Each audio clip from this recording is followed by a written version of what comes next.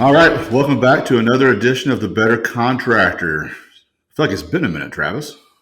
It feels like that, not to the audience though. They won't Not know to it. them, but to us, it's just, we've had a little break here in filming. But anyway, welcome. Good to see you again. Thanks, Brent. Good to see you as well. Yeah, today I don't have a nickname for you. I need to switch up your nickname. I don't like it. Quote master, huh? I don't like it. You didn't quote very much the last two times. You're off. Yeah. All right, man. Well, I'll tell you what. We'll redeem you this time if you have at least three. How about that? I could probably make this happen. Right. Probably I make have faith in you. this How many books have you read since we last talked? I have a habit of I read more than one book at a time, and it's basically so. I was going to say some fiction, some nonfiction. Almost all of them are nonfiction. Yeah. It's basically like the moods that I'm in. So Okay. I'll read maybe two or three books at a time. So it takes longer to get through them. Yeah. There's one that I've been reading just because I think it's like 400 pages. But I'm really into it. It's Tim Ferriss's book on mentors. Okay. So he basically, I think I talked about it a little bit I've about. heard about that one from you and from others. It's fascinating. So he sent out a bunch of questions to people from all walks of life, all throughout the world. People that you would agree with, people that you wouldn't agree with, people in industries or backgrounds that you know nothing about, others that you so, and then asked them the same sets of questions. Like I think it was like 11 questions, but really insightful, really well done questions, Yeah. um, and not your normal questions. We did talk about this a little bit, but like one of the first ones is what are the three books that you give out the most, or the three books that have been, or the book that's been most impactful to you, or something. But I liked the framing of which ones do you give out the most, and because that obviously gives insights into what you value over time, Yeah. especially. And then what's what's the most valuable thing that you spent $100 on in the last like 90 days or something Yeah. like that? That was under $100. Then one of them was as you've gotten older, what do you say no to? What have you learned to say no to more? And then there was eh, for what's your favorite failure Okay. or most strategic. So not your standard questions that you would typically get, but you get fascinating answers from people and insights, and you see a few themes throughout too. But they're short. They're so not everybody answers all the questions. Some write paragraph or two on several of them. Others, it's a few sentences. But to get insights from such a variety of backgrounds and people and success levels and things that, uh, but it's short. It's usually about 3 pages. Yeah. Uh, so you can consume, So it's different, like CEOs and stuff, or what? CEOs, writers, Okay. philosophers, actors, musicians, politicians. I mean, it's. Uh, I think I forget how many people he sent out to, but people who have achieved levels of success, like high levels of success, in a variety of different industries and backgrounds. And I think that's what kind of adds the mat is you. So some of these people I like, I don't necessarily, I would never pick up or pick up their book or information or investigate them. It's just we don't necessarily align on the surface. But some of the insights that they provide on some of these questions, like Yeah. are one, they're all high achievers, so it does give you perspective of some of the grit or things that they've done to accomplish some of that. But then, Yeah. yeah, just insights. I would have never pursued insights from some of these people. It's just Yeah. they're not in my wheelhouse. They're not in my interest. Yeah. But fascinating insights into their life and advice that they've got. And again, all high achievers, so they all Yeah. had to overcome things and different strategies too of how they cope with if they get off track or things like that. And there's one that I've seen a through line through with a lot of them is and there might be a bias attributed to Tim Ferriss in that these are people that he's reached out to that might have been based off his own personality, but like meditation has been a huge one that's popped up in several of these. I've seen a lot of people talk about that. I don't personally. It's hard for me to do so, but Yeah, I've always like. I mean, yeah. I think I can see the value in it, but I can't speak to it because I don't do it. So I, I need to understand. It makes me. It has definitely made me want to look into it further. Of yeah, if there's this many people from different walks of life that are high achievers, there must be something to it. yeah. It's just the quieting of the mind and the health benefits, the stress Yeah. benefits, I guess that I gives think it's you. in focus a little bit too. I like the books like that though, where they kind of study, different high achievers in different areas of life or different areas and uh, careers and stuff like that, and kind of like pick these key attributes about them out and say, hey, these are again, those things are not black and white. Like if you don't have those, doesn't mean that you're not going to, Right. be a leader or be whatever. But which is kind of a little bit what we're talking about today is gaining respect as a leader. So we've got 6 key points. That does not mean that if you don't have these 6 key points that you're not going to get respect as a leader. These are just things that like I've jotted down. I have a notes app on my phone that I keep. If I listen to a podcast or thoughts come in, and I'll literally put them in categories. And these are some things I've written down over the years. So gaining respect as a leader is kind of the topic of today's podcast. I like bullet points. I like being to the point. So I'm going to read the 6 points off, and then we'll come back and kind of dive into each one. So number one, a laser focused execution. Number two, a strong emotional intelligence. So being able to read the room, how to articulate your thoughts and stuff. Number three, over execute and follow through on all levels. All levels meaning not just your career, not just work, but also personal life, fitness, family, things outside. So you're not just a one hit wonder when it comes to your career, but you suck at everything else in life. Number four, be a clear, concise communicator. Be precise yet personable. Number five, be consistent in your emotion, responses, and actions. And number six, be intentional and show up for people. Again, there's probably way more to this list. You can have some of these, none of these, but I think these are things that people should at least try to work on. These are attributes that I think a lot of the leaders that I look up to in life have at least a majority of these. The ones I respect, and maybe that's my personality type, will tend to have at least some of these. So we'll go back to number one, the laser focused execution. So to me, this is your leader who can focus in on a task and basically see it through to completion, probably pretty efficiently, probably with a level of OCDness that, it's done well. But yet you cannot, and we talked about this pre-show, you cannot lose sight of the bigger picture, which I will let you talk a little bit more about that one because that was more your point. But the laser focused execution, to me, it is that leader that you can almost see it in their eyes that once they get focused in that this company is doing A, B, and C, you almost kind of know they're probably going to do those three things once that leader gets honed in on it. And I like that. It's almost like a fighter going into a ring or a sports person. I look back at you know, Michael Jordan was the dude in my era growing up, and that dude had laser focused execution like no other. So anyway, so Travis, talk to me a little bit more about the bigger picture, though. So being able to have that, but not losing sight of the big picture. I think both of them are needed in the sense that there's a time and place for both.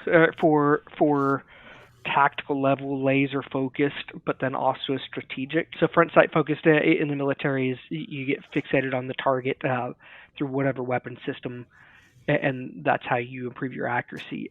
However, it's what would be attributed to tunnel vision, in that sometimes it's 100% needed, but at other times is you're potentially opening yourself up and make yourself vulnerable to other threats. So when you take it from a managerial or strategic or running a business or running an organization, is both are needed. Sometimes you 100% have to be laser focused on whatever the task is at hand, but at the same time, not at the expense of the overall strategic view. And I think there's several branches that can go through. So here's the first quote, Mike Tyson. Everybody's got a plan until you get punched in the face has been maybe overused over the past few years. Has come to so getting laser focused for too long. If you prioritize and you're executing for a period of time.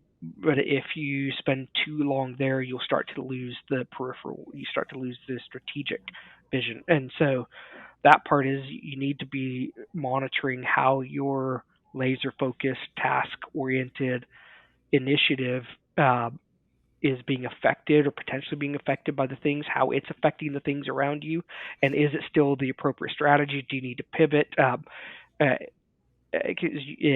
Going through the task where we're just going to do this and I'm hammering, everything's a nail, and we're just going to keep hammering, despite whatever might be whatever feedback might be available to you on the peripheral. And then leading an organization too is the leader's job is 100% to take that strategic view. And if you get to maybe the entry level frontline workers or those that are executing the task, maybe they have a over index a bit on laser focus, and then the leader, there needs to be somebody looking at the strategic. That's maybe not that frontline workers' responsibility. Their job is to execute whatever has been prioritized. But the leader, that is 100% your role, is strategic view. And if you're not doing it, probably nobody else is. And then if you parse that out to when you get into organizations, the further up you get, the further away. So you look at a multinational corporation or just a large corporation, the further up you get away from those that are executing code or building the product or dealing specifically with the customer, the higher level leadership, the CEO, is probably not in most cases going to know every aspect about every detail and nor is that necessarily their job. It helps if they dive down and stay close and can see what their organization is doing at the granular level, at the level of combat and where things are happening. It helps, but at the same time, is the further away they are, they've got other priorities that are just as important, and they have to be focusing on that too, going back to the strategic versus the tactical. I agree. The leader needs to be the visionary, casting that vision, maybe helping outline like the key points to get to where they want to go. But like you said, so being laser focused while still being that visionary. We'll jump into number 2. So the strong emotional intelligence. So, we talk about like leading through difficult times, and there's always the natural human responses to basically there is an emotion attached to a difficult time almost always. So to me, your more positive leaders are aware of that emotion, but they will lead through that difficult time in a calmness and a resolve with a plan. So the people that you're leading don't feel the chaos of the moment, because they already feel that anyway. The natural human response is to have the emotion, to feel the chaos. And if you're looking to someone to lead you through that, and that leader is someone who also is very visibly distraught from the situation, it actually makes the chaos and all of that much worse. That's leading through difficult times. The strong emotional intelligence to me, though, is almost the ability to relate to the people you're leading, tailoring your message to the individual. So not having a one-size-fits-all approach. That doesn't mean that you're lying or being fake. It just means that you have your points to make, whether that's A, B, and C, but you realize I have this person I'm working with, I have this person I'm working with, I have this one I'm working with, and I need to tailor that message to each of those in order for my message to be effective. And I think developing that strong emotional intelligence where you can relate to those people, understand them, realize that you're dealing with a human that has their own needs to be met, and they're not a robot. But anyway, I think having the ability to relate, but then also having that likability. So, some people I think likability has more to do with like, I'm just being nice. And to me, that's not what that actually is. You can be likable by just being genuine and raw. There's some people I know that by most definitions, likability would probably not be on the high end, of what people would think about them. But once you get to know them and you see the rawness, you see the genuineness, you see the authenticity, and you see that they're not being fake in any area, then all of a sudden there's more of the likability actually moves to lovability because that person's different. So I think having that emotional intelligence to where you're almost like you're okay with who you are and you're genuine in that regard, but you're also okay with other people being different than that, and having that ability to relate is, I think, a key aspect of being a leader and having that emotional intelligence. But what are your thoughts? Authentically caring about the people. Mm-hmm. Authentically caring about them. It's not a task, the checklist. It's not a tactic to influence people, although these are byproducts of you actually caring about them genuinely for the empathetic thing. So on the podcast we talked specifically about emotional intelligence is the empathy component doesn't necessarily mean weakness or that you get down there and wallow with them, which is it. Once you become aware of the emotional intelligence, you start to try and work on it. Can be maybe pitfall if you're not cautious about it, Yeah. in that your objective in there is to truly understand where they're coming from, truly understand what's impacting them from an emotional component. And through that, you can make maybe wiser decisions that might be a tough decision, might not just be all flowers and sunshine. You might not be able to fix it. You still might have to go through hell, but you're not doing it blindly. We are humans. We are driven probably predominantly by emotion. We try and keep that in check, but it is a very real thing that drives all of us. And how you're acting can impact the other people, which then in turn impacts you and sets you on a course. And I think it's John Maxwell's that's been used forever. Is people don't care how much you know until they know how much you care. In that they want to know that you care about them, that you understand where they're at, that you're a part of the team, that you're a part of the organization. You understand you're not just this cold machine, and in turn, they're not just a cog in the machine. You are And I people. think that's that dichotomy that a lot of leaders struggle with is your job is to get stuff done, to lead, to make things happen, to meet a profitability percent or whatever it is. And it almost does create a little bit of a robot if you're not careful. Yeah, and I mean, you're balance. Yeah, yeah. And the further away you get, so I think we've seen a lot of the iconic leaders throughout history. So whether it was Winston Churchill or from the Marine Corps day, Chesty Puller, but a lot of these iconic leaders who were at those upper echelons, there's stories about them getting down into the field and suffering with their people to a degree. That doesn't mean that's where they lived. Sometimes they did, and that they were more akin to that lifestyle. Maybe they came up through that, and so they came up through the ranks of that industry and they rose to the level of leadership, and so they always had a natural inclination to go down there and be in the trenches with their people on the front lines, whether it was military or in the out in the field. Part of that, so there was there's a I think it was Simon Sinek who wrote it in one of his books about.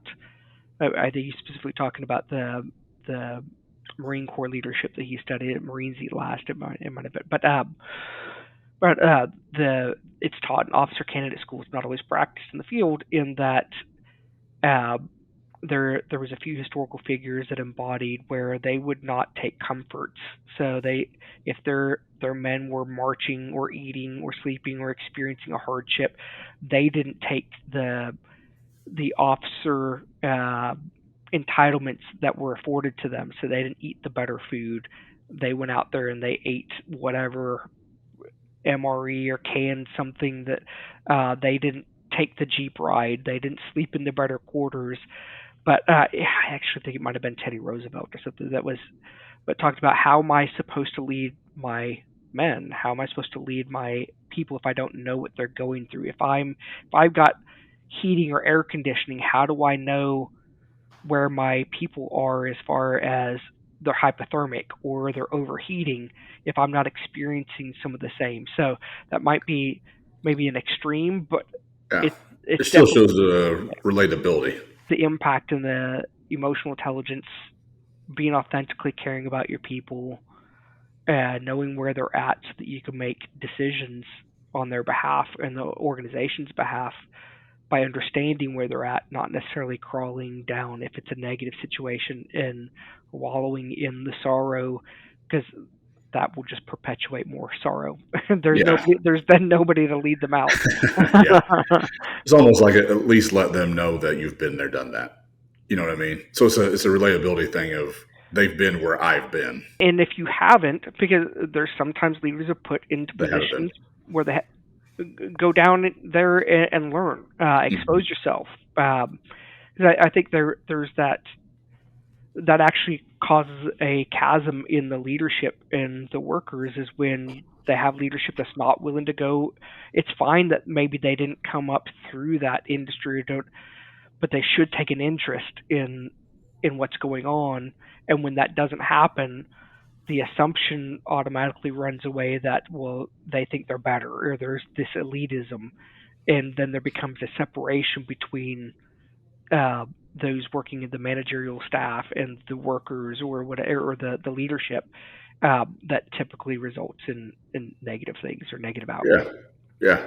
No, I agree with that. And to kind of finish up the second point, I think some of our institutions, educational institutions, fail this point a little bit in like business school, where, when I was in school, so I had a business degree, but I purposely, just because I wanted to, took a bunch of psych classes as well, mostly because they were just interesting to me, and they were somewhat easy compared to some other classes to take.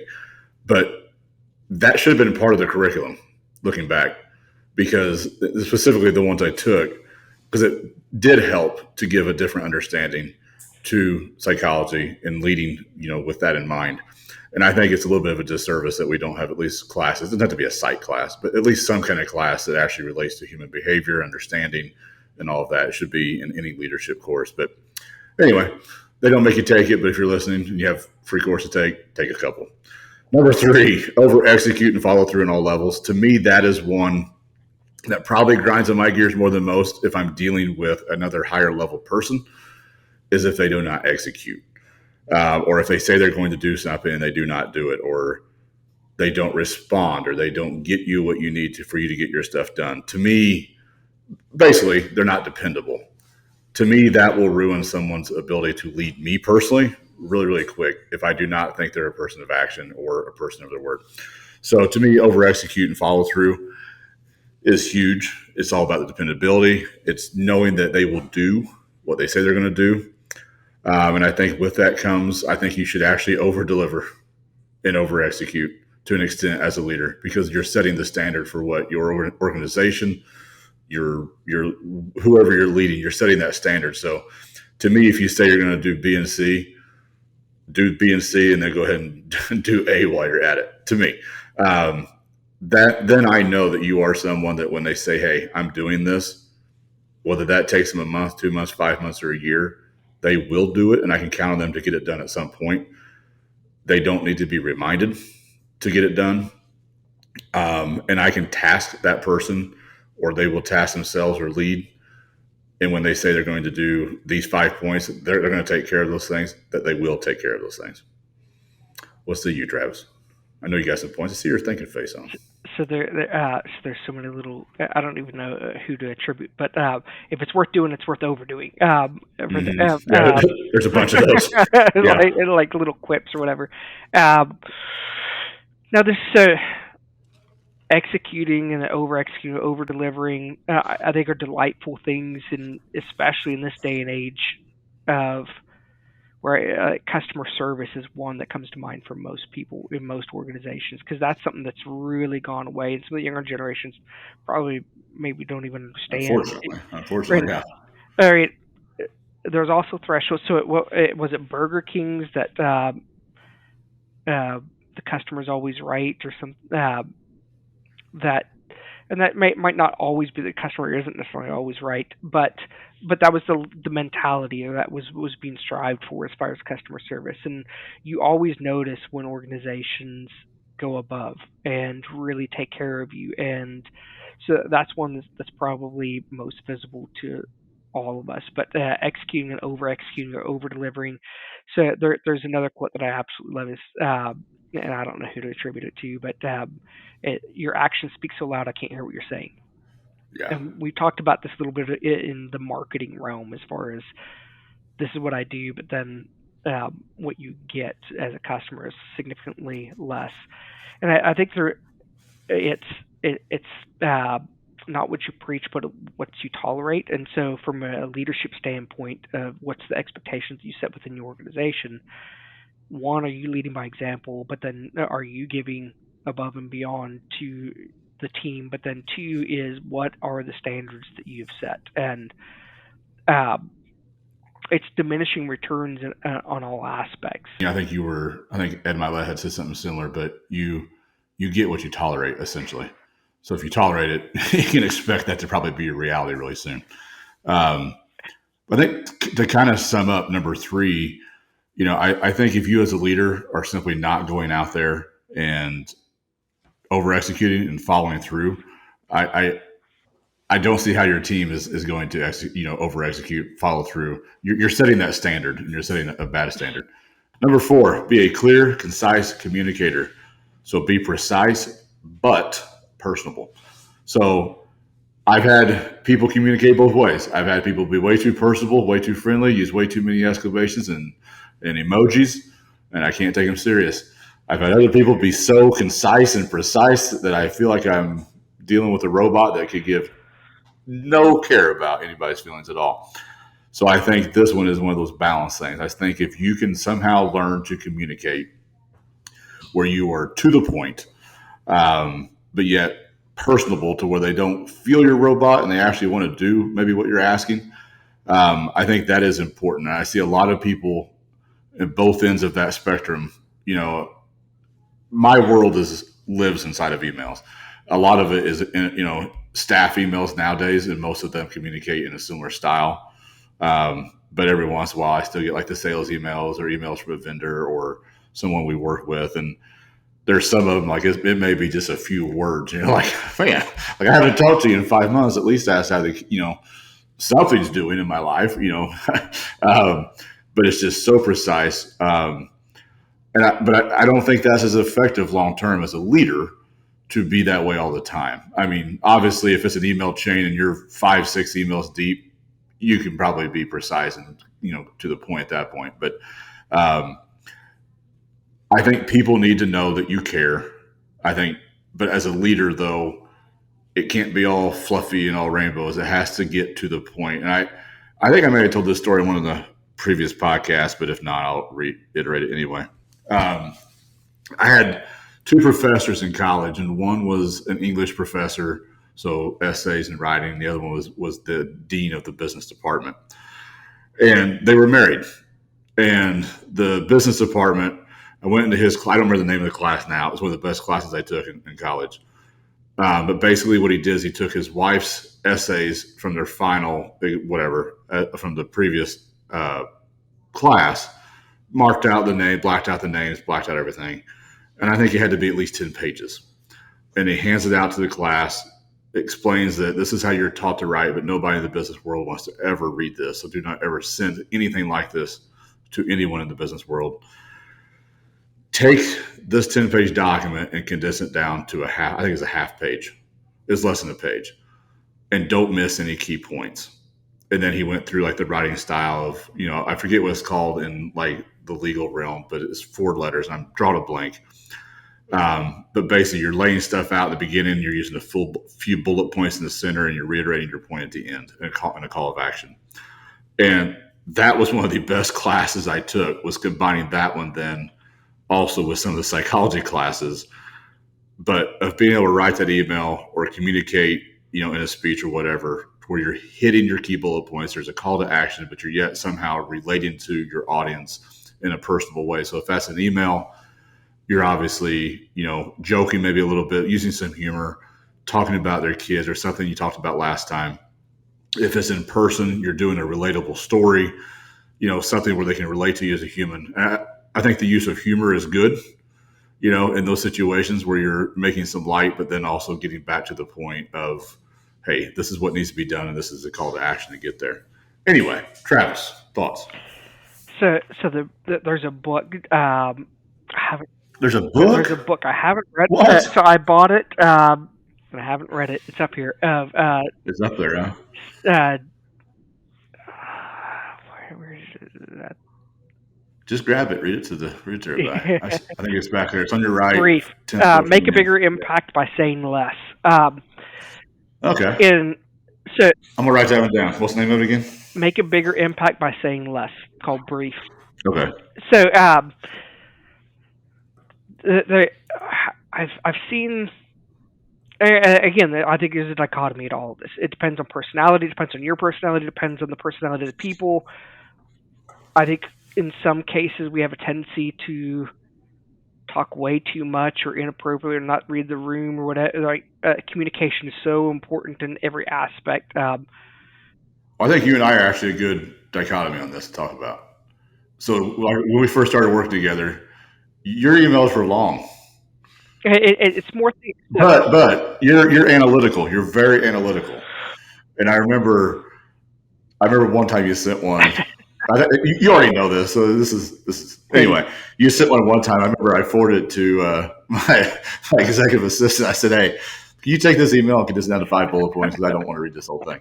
But that's totally different styles. But like you said, you basically worked analytics and intelligence type stuff in the Marines, right? Or on Marines, right? Marines.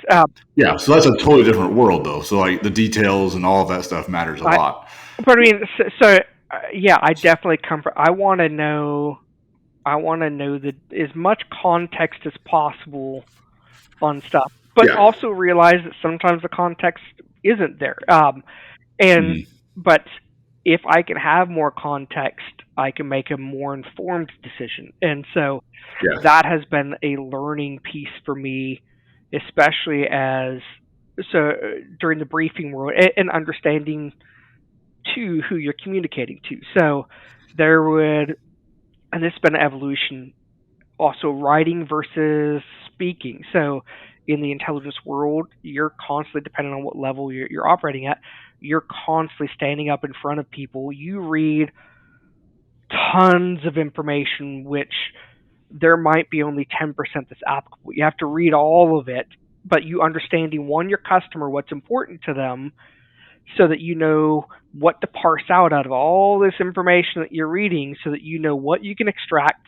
But then when you're communicating it to them, if you're standing up in front of them, how do you communicate? You don't have all day. You don't have all the time to add color or context, but sometimes you do. If you're going on a specific mission, you're pulling up imagery and you're talking about little holes that were dug and the temperature difference of the holes and what that might mean, whether it's IED emplacements or caches that were buried or different things, which is super important because that cache could have weapons in it that could impact the crews.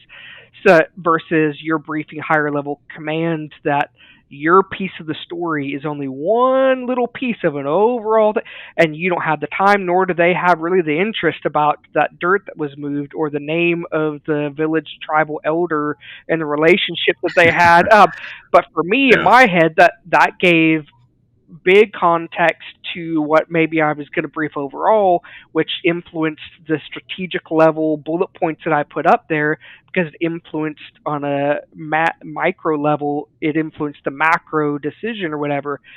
But depending on the audience, you need to be able to translate that, knowing that what they care about and what's going to move. But being able to parse that out, if you have a very analytical mind, you think, well, everybody's going to appreciate the context, and they don't. And then, but then here's where the emotional intelligence for you too is. People will get offended, like when they dismiss, like, "Oh my goodness, I could care less." Like, what do you mean you could care less? That was super important. They're just being flippant with their responses and what they're going to do. And but then also for them, for the higher level leadership, maybe there are, if they got a personality where they're just broad brushstrokes, maybe they do need to understand a little bit more context, as opposed to make flippant big course corrections.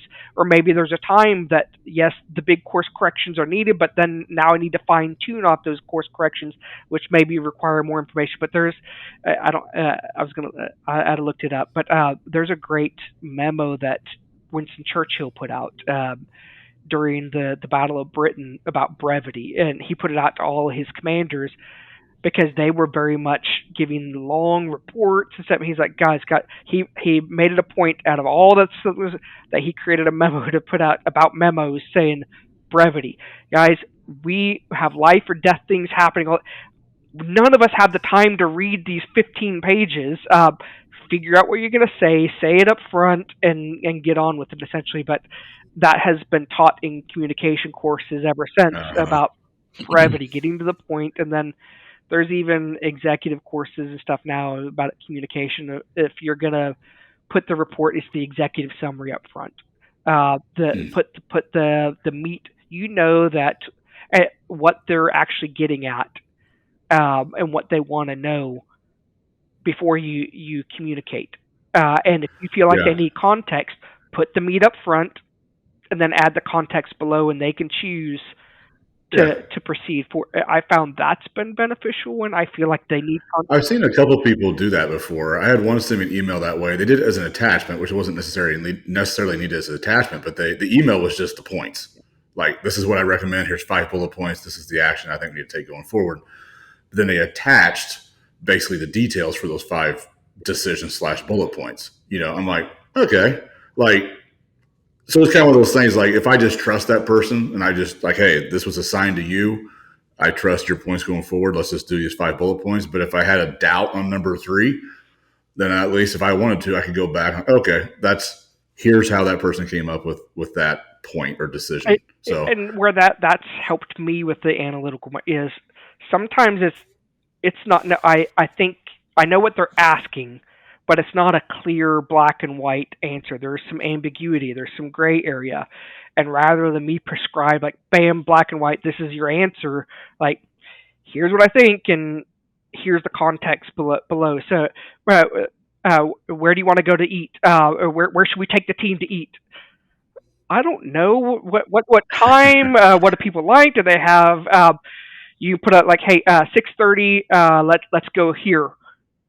Here are the other couple options in case the times don't work. Or here's what I was thinking. Like, I know somebody said that they don't like seafood, so if that becomes an issue, here's the hamburger place that you could make a decision.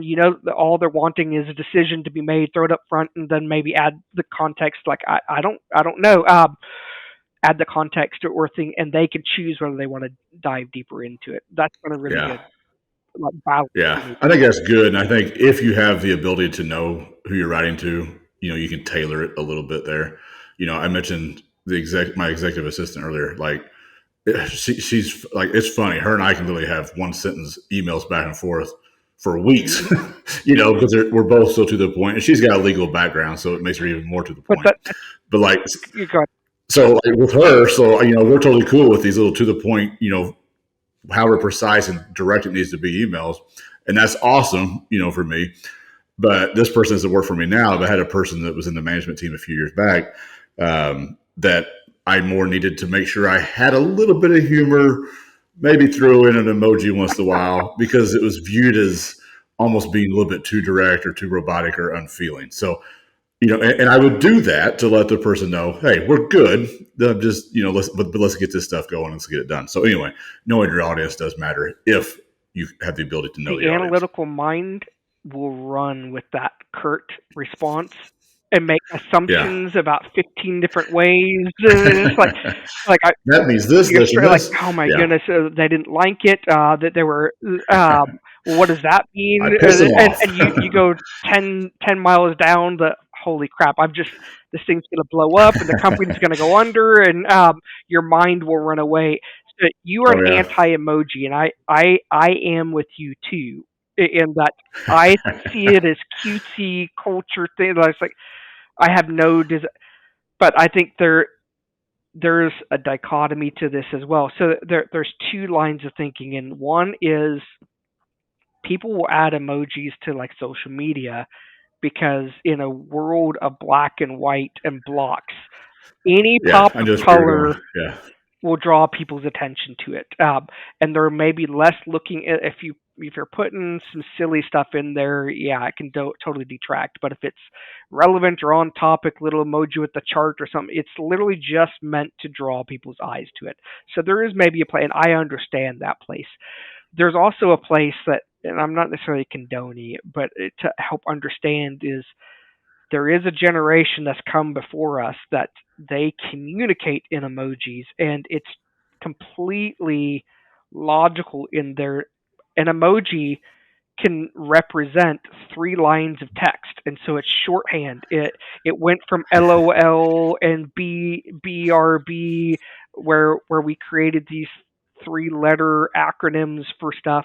It went to emojis, where they're communicating maybe an entire paragraph that they would type out in one little cutesy little icon, and that's it's efficient. become a way that they communicate, and they don't want to take the time to read through nor and now it's been several years where they've been ingrained into that, so it is almost a form of shorthand for an entire generation that to help explain that there might be places for or why you're getting Yeah, communicated to in emojis.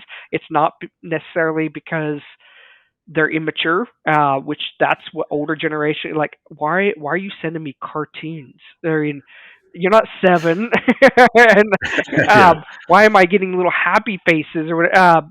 Which that's the way it can be taken, but it's a cultural mismatch. yeah, yeah, yeah. I'll use it more once in a while on a personal level, but that's it. But I'll start viewing it as efficient. I'll try to understand what they mean. And then it's just I mean, efficient. I'm with you. I'm not sending tons of emojis, but I try not to judge as much when I get emojis. That's our new goal. I'm gonna communicate with you only via and emoji try going and forward, Travis. try and decipher what it You gotta means. figure it out, dude. You gotta figure it Thank out. you, AI. Yeah, yeah. What did he just say? Translate. Yeah. Um, Number 5, be consistent in your emotion, responses, and actions. So, kind of the notes I put down there is don't be 4 different people. I think one of the powers as a leader, not that you cannot, again, some of these sound like I'm anti emotion. I'm not. But it's being consistent. So, knowing who is going to show up. I have worked for a person in the past that was a little bit more inconsistent, and it was always kind of like a joke in my head of I won't say the name. I wonder if this person dash A or dash B or dash C is coming today to the meeting because that's how I need to prep for this meeting. I don't know who's showing up, which version of this person's showing up. And it created a chaotic work environment that was not productive, that wasn't efficient, that was just chaotic, and people were upset and worried about stuff. So I think if you can learn to, it's not really even learn. As a leader, you need to be somewhat consistent. People need to know who is going to show up and that you are going to be fair, you're going to be logical, you're not going to blow off the handle. To me, that just creates an environment of a little bit more of a fear-based leadership, there's a little bit more chaos. I think turnover is probably higher in those environments. I don't have data here in front of me to show that, but I know I personally would never want to work for that person. So I'm assuming there's a few others that probably agree with me on it. But as a leader, you have got to learn to be consistent in those things. Doesn't mean you can't show them, doesn't mean you don't have them, but don't go off the rails with stuff. And that can be anger. Anger is an emotion too. And I've seen people like that as leaders. And it's the same thing. It's a chaotic work environment.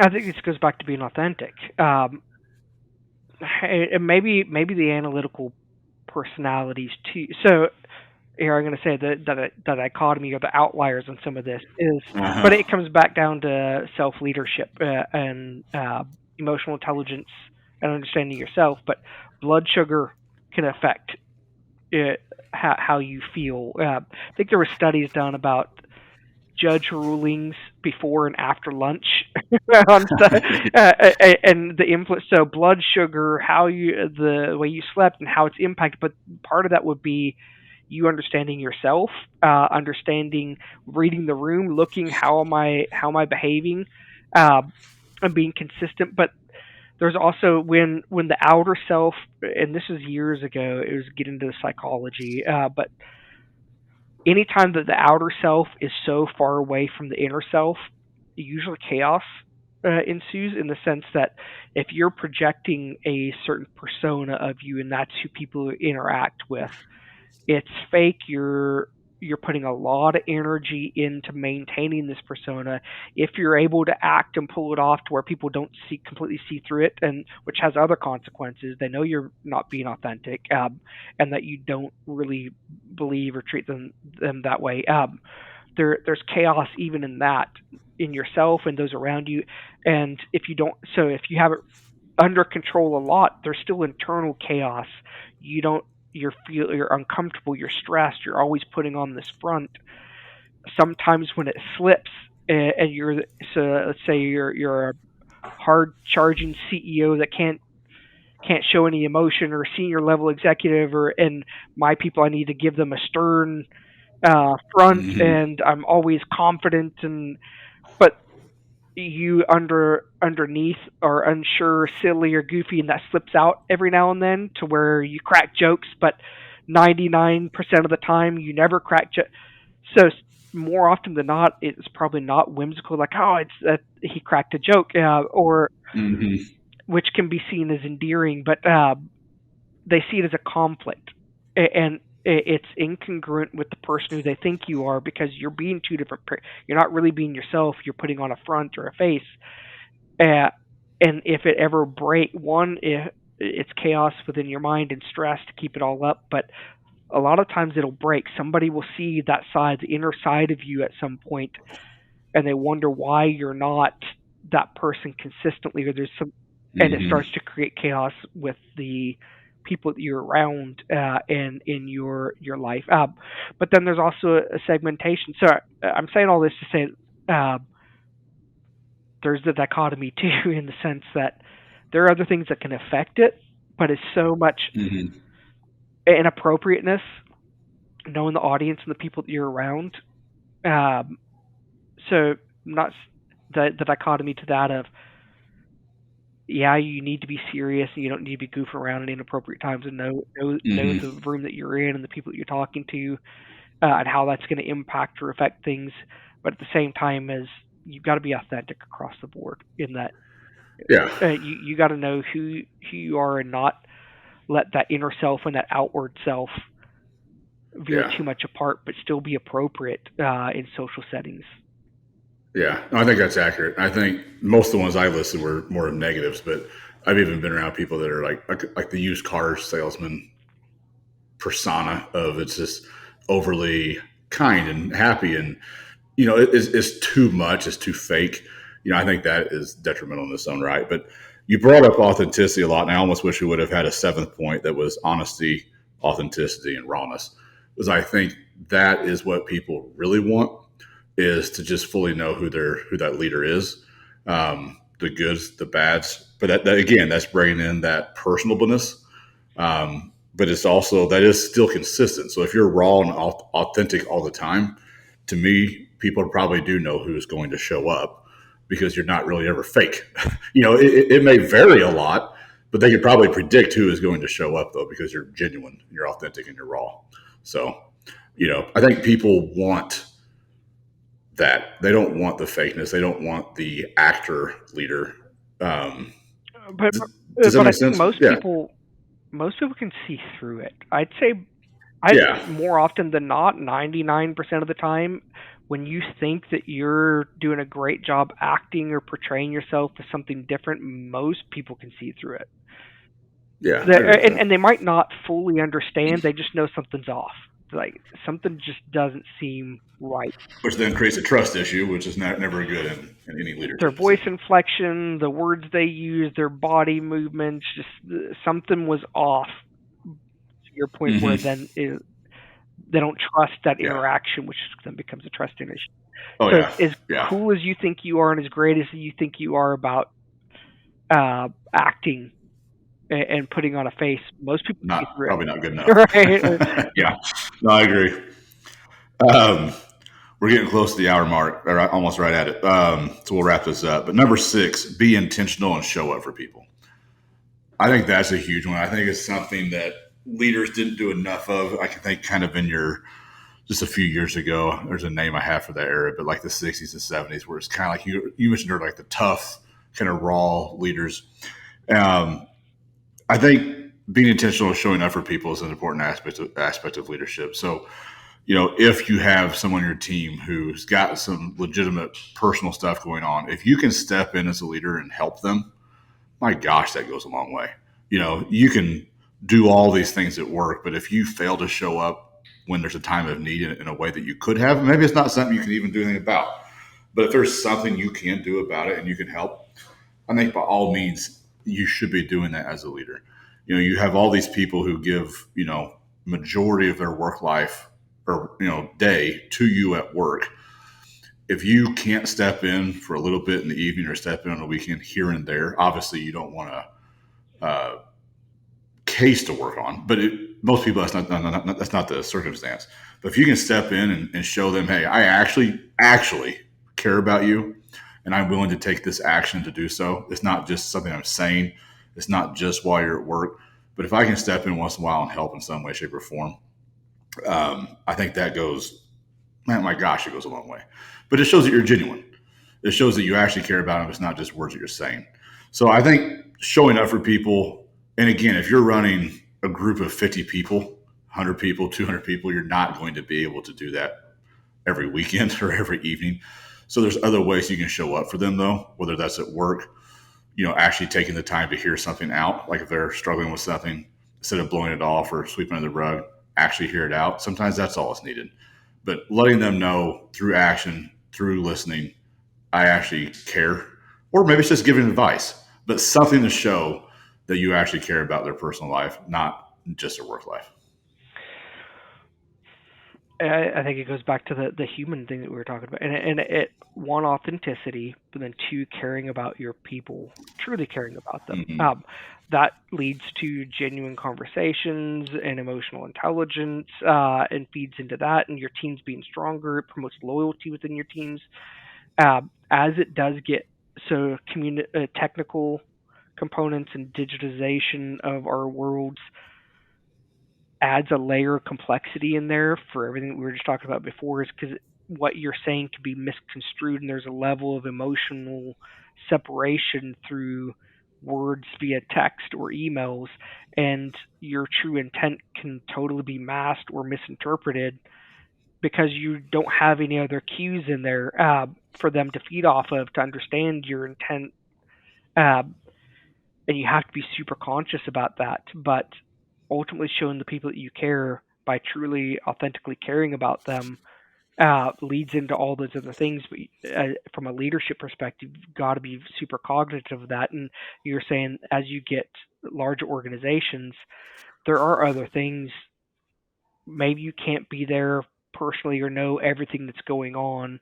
One that comes back to your relationships and truly going back down. So the leader, the military commander going into the field and being in the trenches and walking at night out there and understanding and empathizing and understanding the impact or the effects of all the front line part of, like, you can go out there and just through a demonstration of you going out there and showing that you understand and that you at least care to understand, but then having those conversations, communicating with those people, things can be revealed to you that if you sat in your ivory tower and never participated. But something as simple as knowing people's birthdays that are on your team.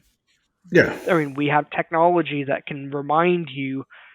Send them a text, send them a handwritten card, and it doesn't have to be a long, like, hey, happy birthday. I hope you had their anniversaries. Send them a little note, a handwritten note, like actually as a differentiator nowadays because nobody does handwritten anything anymore. But sending them something that's personal, it can be super quick. But that you're here in this leadership position, have nothing to maybe do with them on a day to day basis, but you thought enough to send them a note, like something as small as that. I think that's a good point. I didn't think about it earlier, but that's something we've talked about some in our team is, sometimes sending that text, even though texts are somewhat impersonal, But if you just send a text randomly, like you just said to someone, it just says, "Hey, thinking about you. Hey, last week you mentioned this was going on in your life. Did that get resolved?" That just shows, number one, you were listening. Shows, number two, hey, randomly in the middle of the day, he asked or she asked about that. So that takes no time in the grand scheme of things. So that's a good point. And then be authentic too. If something, well, I mean, So yeah, here's the dichotomy again. Like if something comes up in there, and you have the ability to impact or affect it in a positive, help resolve it, plug them into the right people or something to help resolve it, do it, yeah, that you actually cared about it. It wasn't a tactic to try and feign that you cared about them, but if something gets brought to your attention, try and help them with it. But then also, if you're on the other side of that, uh, you don't want to be the person that's all every communication that you're having with these people is you're bringing up some chaos yeah, or like, and that's now they yeah, like, damn, if I text them happy birthday, there's going to be a problem associated with it. You don't want yeah. to be that person Oh either. yeah, So yeah, use it sparingly, but I think it goes back to just being human. Uh, yeah, Authentically care about the people around you. yeah. So I think that's a good wrap up for the podcast. So learn how to communicate, do it effectively, do it precisely, still be a human, make them feel like a human as well. Does that sum it up Human. well? All right, we're over an hour, so let's wrap this one up. If you guys liked this podcast, please share it. If you hated it, find another one. Love you guys. See ya.